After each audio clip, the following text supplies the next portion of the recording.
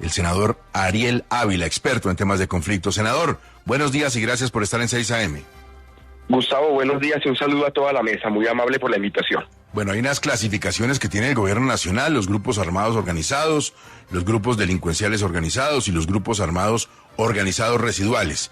El ELN quiere que lo saquen de ese listado donde lo mencionan como grupo armado organizados. ¿Cómo sacar al ELN de la lista de grupos armados organizados cuando son un grupo armado organizado?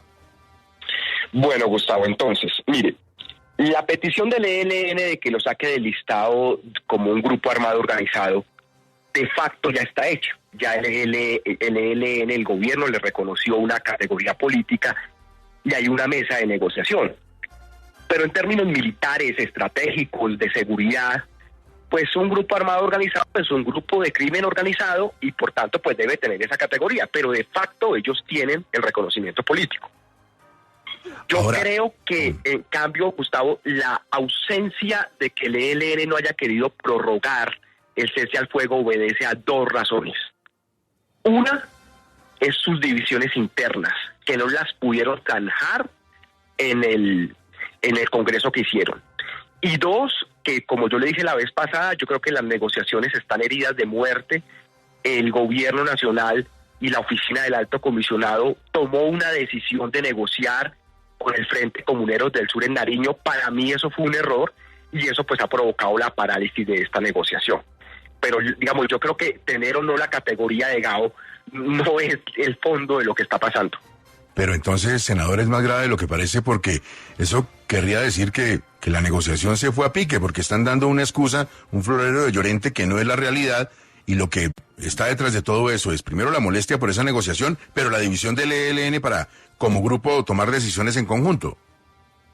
Gustavo, yo creo que esto se va a zanjar en 2 o 3 semanas, va a haber otra vez un cese al fuego. Yo creo que esto se va a reconstruir, hay un equipo internacional, unos países garantes, acompañantes, hay un cronograma, hay una agenda.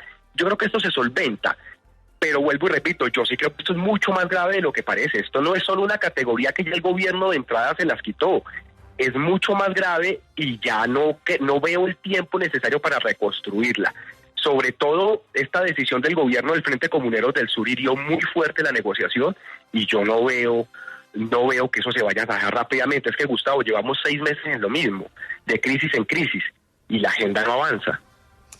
Pero un momento, cuando usted dice que esto es mucho más grave de lo que se parece y que ya es muy grave, ¿a qué se refiere? Y esa mesa está congelada prácticamente hace 6 meses, pero estamos sin cese al fuego además. ¿Qué es lo que se está negociando? Pues lo que, digamos, está congelado es que no se está avanzando en las negociaciones, pero lo que me refiero es que se va a solventar la crisis del cese al fuego, va a volver a haber un nuevo ciclo, pero no creo que se vaya a avanzar mucho. Eso es por lo que yo digo que esto es más grave de lo que parece. Ahora, en teoría el cronograma alcanza, Vanessa, en teoría a julio del otro año los 3 primeros puntos tendrían que estar negociados, o sea, en teoría avanza, como dicen por ahí. El problema no es el tiempo que falta, sino el tiempo que se pierde, pero yo lo veo grave. Digamos, tendría que el gobierno meterle un acelerador y el ELN tomar una decisión de fondo para que eso avance pues a buen ritmo. Senador, me escribe un experto en este tema y me plantea lo siguiente: ¿cómo así que el ELN quiere reconocimiento político si ya lo tiene? Por eso es negociación, no sometimiento, por eso es diálogo sociojurídico con el Clan del Golfo, claro. Exacto, ellos ya de facto lo tienen. Por eso le digo, Gustavo, esa petición es una disculpa. Ellos de facto tienen ese reconocimiento político. Entonces, la petición es absurda porque ya lo tienen. Senador, entonces, lo que ha pasado históricamente cuando se han roto estas negociaciones con el ELN es que esta agrupación arrecia sus ataques militares, sus ataques contra la población civil. ¿Es posible que esto sea lo que venga entonces en el país? No, yo creo que estas 2 o 3 semanas, mientras se recompone, creería yo, no va a haber una gran ofensiva, porque tampoco la tienen la capacidad. No hay que olvidar que ellos están en este momento en una guerra durísima con el Clan del Golfo, casi que están perdiendo ya el sur de Bolívar, el sur de Chocó los tienen arrinconados en el Bajo San Juan. Entonces no veo una ofensiva, tampoco están interesados. Yo creo que pasando 2 o 3 semanas, si no se recompone el cese al fuego, ya estaríamos en otro escenario, eso es claro.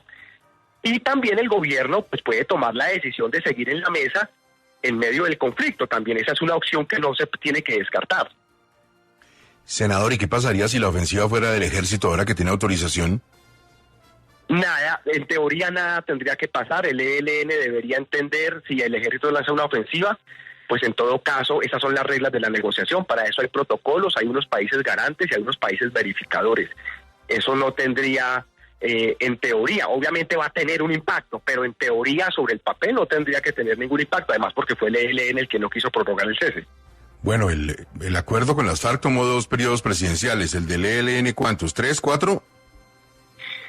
Yo creo que ojalá me equivoque, pero yo creo que se nos va a pasar el tiempo y esto terminará en una mesa de negociación, pero no sé cuánto. Senador, última inquietud, simplemente para conocer su opinión. ¿Qué opina de lo que comienza con el Clan del Golfo? A ver, Gustavo, yo creo que esa negociación tiene sustento jurídico. Hay una ley 2272 de orden público que da la posibilidad de esos acercamientos.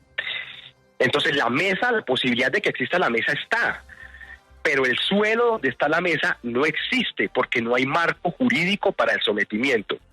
De tal forma, o que el gobierno se aboque a crear ese marco jurídico, o la Fiscalía tendría que inventarse un mecanismo de desmovilización semicolectiva como el que hizo el ERPAC en 2011. Pero entonces la mesa sí está protegida, quienes dicen que no, creo que no, la ley lo permite, pero el piso donde se tiene que poner la mesa no existe.